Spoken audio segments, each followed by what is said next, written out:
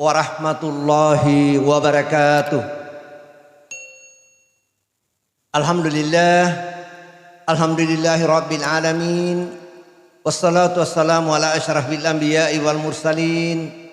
Asyhadu an la ilaha illallah wa asyhadu anna Muhammadan abduhu wa rasuluh. Allahumma shalli ala Muhammadin wa ala ali Muhammad. Wa la haula wa la quwata illa billah. Amma ba'd, faqala Allah ta'ala fil Qur'anil Karim. A'udzu billahi minasyaitonir rajim. Bismillahirrahmanirrahim. Ya ayyuhalladzina amanu la tattabi'u khutuwatis syaiton wa may yattabi' khutuwatis syaiton fa innahu ya'muru bil fahsya'i wal munkar. Wa qala an-nabiyyu sallallahu alaihi hadits syarif, man shoma ramadhana imanan wa ihtisaba ghufira lahu ma taqaddama min dzambi. Wa qala aidan kam min shaimin laisa lahu min siyamih illal ju'i wal atash. Bapak-bapak, para tokoh agama dan tokoh masyarakat yang saya muliakan, para takmir masjid yang saya hormati, yang senantiasa berusaha memberikan pelayanan atau berkhidmat kepada seluruh jamaah sehingga pelayanan jamaah alhamdulillah senantiasa tercukupi. Mudah-mudahan Allah Subhanahu wa taala memberikan pahala yang berlipat ganda di sisinya dan mudah-mudahan selalu disehatkan walafiat. Ibu-ibu yang saya muliakan, adik-adik harapan bangsa dan harapan agama yang insya Allah kita banggakan. Alhamdulillah, syukur kita panjatkan kehadirat Allah Subhanahu wa taala yang tak henti-hentinya memberikan kepada kita berupa hidayat atau petunjuknya dan berupa inayat atau pertolongannya, terlebih-lebih berupa rahmat atau kasih sayangnya, sehingga pada malam ini, malam yang ke-11 dari bulan suci Ramadan, Allah tetap memberikan kepada kita nikmat keimanan serta nikmat kesempatan, sehingga masjid kita alhamdulillah masih dalam keadaan penuh. Mudah-mudahan dari malam pertama hingga malam terakhir dari amalia Ramadan kita tetap ramaikan masjid kita ini. Sidang jamaah yang sama berbahagia, salawat dan taslim kita peruntukkan kepada Nabiullah Muhammad sallallahu alaihi wasallam. Allahumma sholli ala Muhammadin wa ala ali Muhammad. Nabi yang senantiasa menjadi panutan kita hingga akhir zaman dan mudah-mudahan memberikan syafaatnya kepada kita semua di hari kiamat nanti insyaallah. Sidang jamaah yang sama berbahagia, di dalam memasuki bulan suci Ramadan, yang paling perlu diperbaiki yang pertama, meluruskan hati atau niat. Apabila hati atau sudah lurus, niat sudah baik, insya Allah mulai dikerjakan dari awal hingga akhir tidak pernah merasa bosan, tidak pernah merasa lelah. Tapi kalau niat yang tidak beres, niat yang betul-betul tidak suci, maka terkadang kita menyaksikan di awal Ramadan, 1 Ramadan, 3 Ramadan, sampai 7 Ramadan masih penuh sesak masjid. Tetapi setelah lewat dari itu sudah capek, merasa tidak ada gunanya, merasa tidak ada yang didapat di dalamnya, mereka sudah pada pergi meninggalkan masjid. Karena itu tadi niat yang tidak suci untuk memasuki bulan suci Ramadan.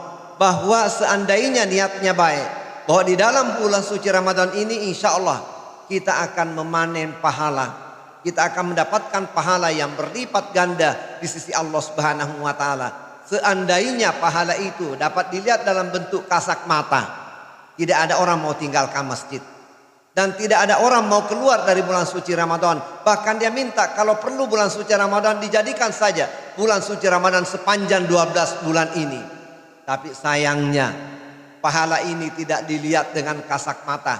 Siapa yang melihat hanya iman yang kuat yang dapat menyaksikan itu pahala. Sehingga ada orang tidak pernah bosan-bosannya datang di masjid. Karena itu tadi tujuannya untuk mendapatkan pahala yang berlipat ganda di sisi Allah Subhanahu wa taala. Sidang jamaah yang sama berbahagia, bagi mereka atau bagi kita yang senang sekali dengan datangnya bulan suci Ramadan karena ingin merebut pahala yang sebanyak-banyaknya. Rasulullah SAW menjanjikan di dalam salah satu hadisnya, man fariha biduhuli syahri Ramadan haramallahu jasadahu anin nar. Barang siapa yang merasa gembira, barang siapa yang merasa senang dengan datangnya bulan suci Ramadan, karena dia akan memanen pahala, dia mau mendapatkan pahala yang sebanyak-banyaknya, maka Allah mengharamkan jasadnya disentuh dengan api neraka. Ini baru merasa senang, baru merasa gembira. Makanya masih di bulan Rajab sudah berdoa, ingin sampai umurnya pada bulan Ramadan, dan terus menerus berdoa bagaimana bisa meraih bulan suci Ramadan.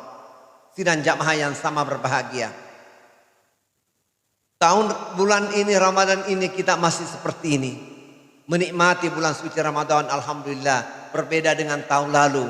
Tahun lalu kita masing-masing salat di rumah, tapi tahun ini Allah Subhanahu wa taala sudah mencabut sedikit demi sedikit yang namanya wabah penyakit ini.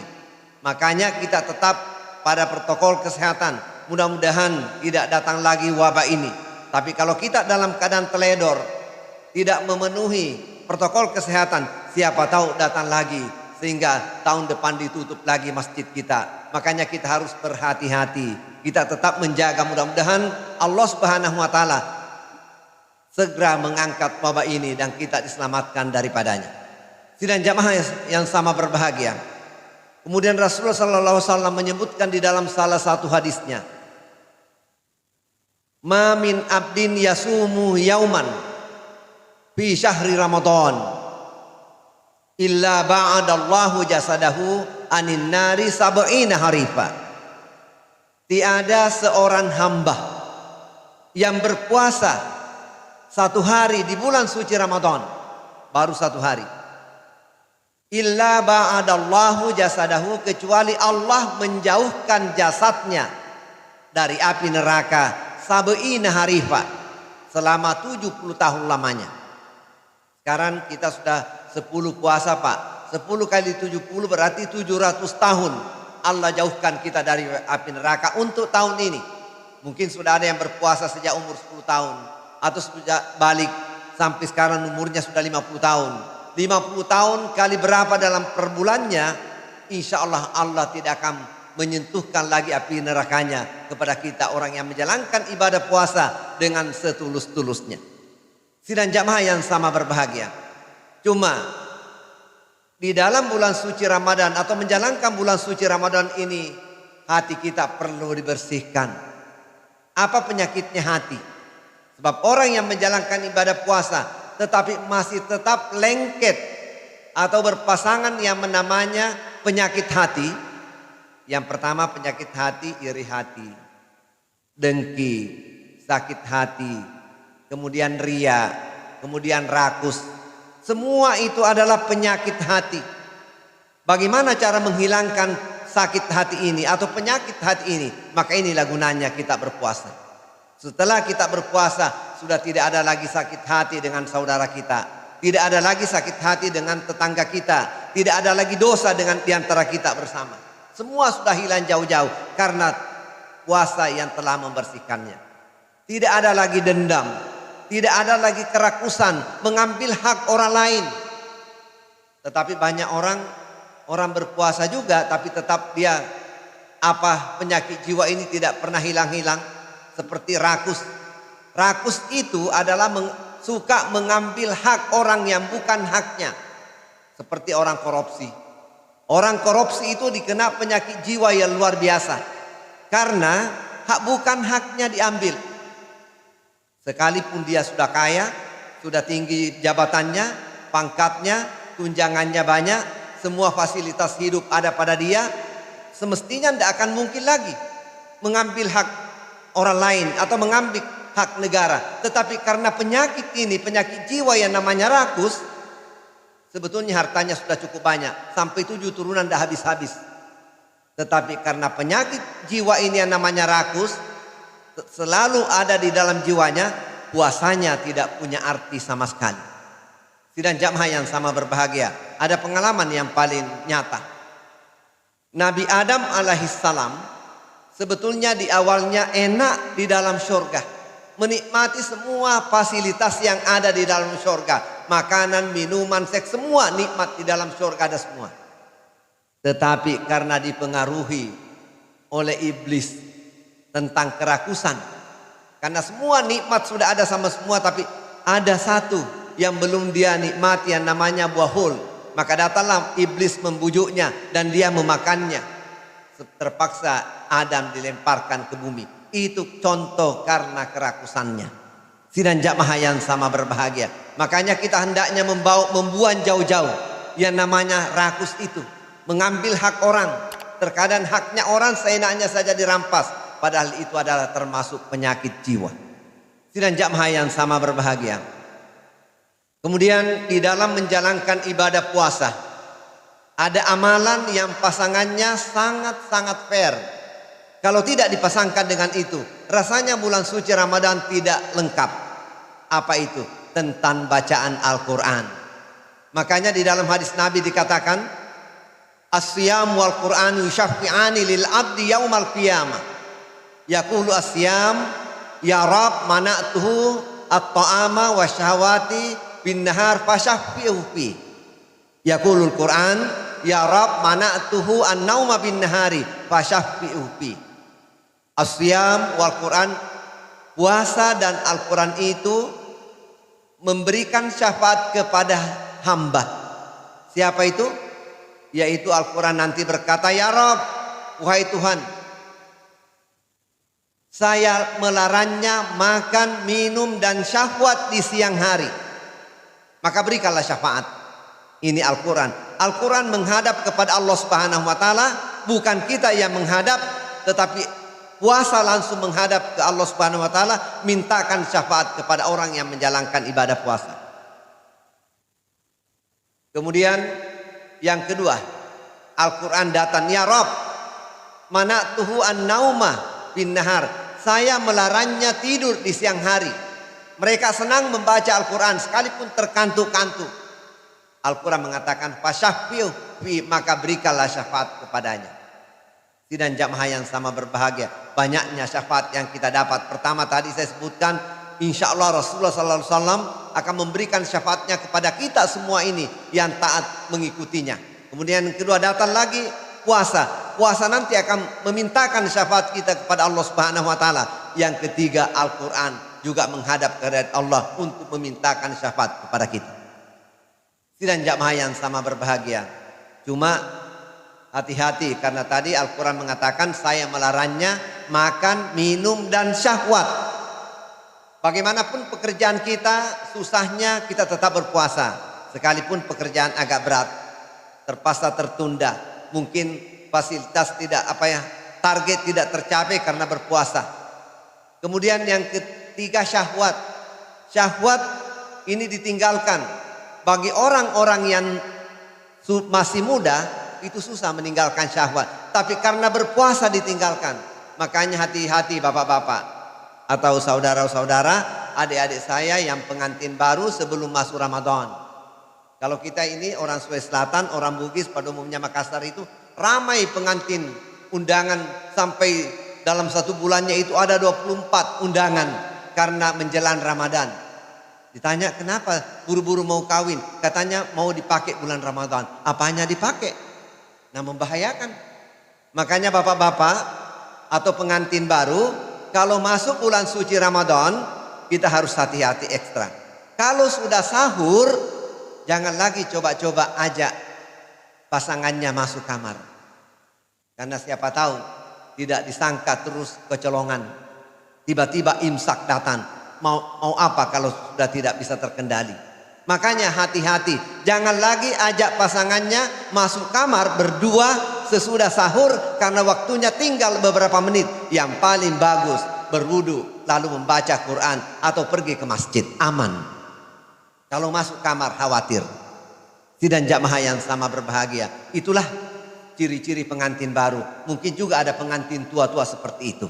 Mohon kiranya karena ada bahayanya bagi mereka yang melaksanakan aktivitas syahwat di bulan suci Ramadan pada saat masih imsak sampai buka puasa, maka mereka dihukum kafarat 60 hari berpuasa berturut-turut, tidak bisa hilang, tidak bisa putus satu hari.